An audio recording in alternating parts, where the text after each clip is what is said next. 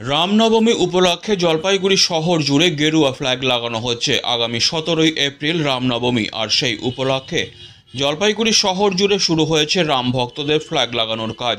জলপাইগুড়ি শহরের বড় ডাকঘর মোড়, থানা মোড়, কদমতলা, দিশারি মোড় ইত্যাদি জায়গায় রাম ভক্তরা দারুণ আনন্দের সাথে গেরুয়া পতাকা লাগানোর কাজ শুরু করে দিয়েছেন।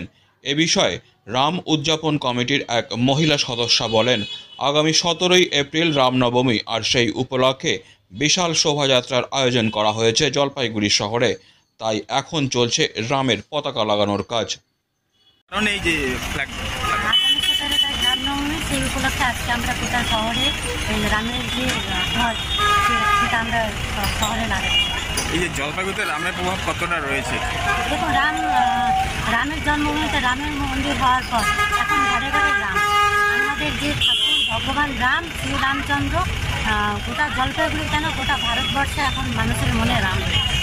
রাম কি মনে হয় কোনো রাজনৈতিক রং নাকি আপনারা? না, কোনো রাজনৈতিক রং না। দেখুন, আমাদের জন্মের সময় রামের নাম লাগে এবং মৃত্যুতেও রাম নাম লাগে।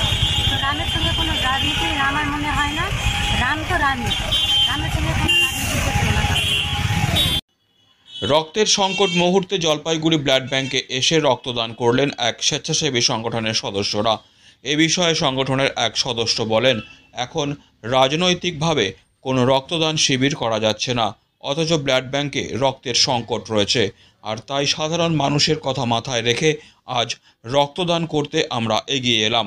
প্রায় 50 ইউনিট রক্ত দিতে পারবো আশা করছি। সংগঠনের সভাপতি রমেন দাস এবং সম্পাদক শান্তনু দাসও এদিন এসে নিজেরাও রক্তদান করেন। ব্লাডের যে ক্রাইসিস আছে, আমার কাছে খবর আছে, তাতে ব্লাডের যথেষ্ট পরিমাণে ক্রাইসিস আছে। আমরা হাসপাতাল কর্তৃপক্ষের সঙ্গে যোগাযোগ করে সেটা জানতেও পেরেছিলাম।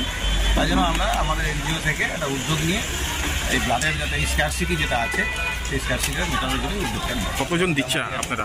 মানে এখানে 50-এর ওপরে শুরু করেছি 11টা থেকে, আমরা ভালোই চলছে।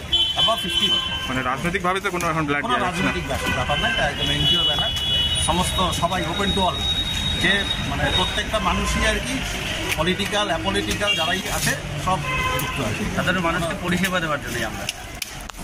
Disclaimer. This channel may not promote any violent, harmful or legal activities. All content provided by this channel is meant for an educational purpose only.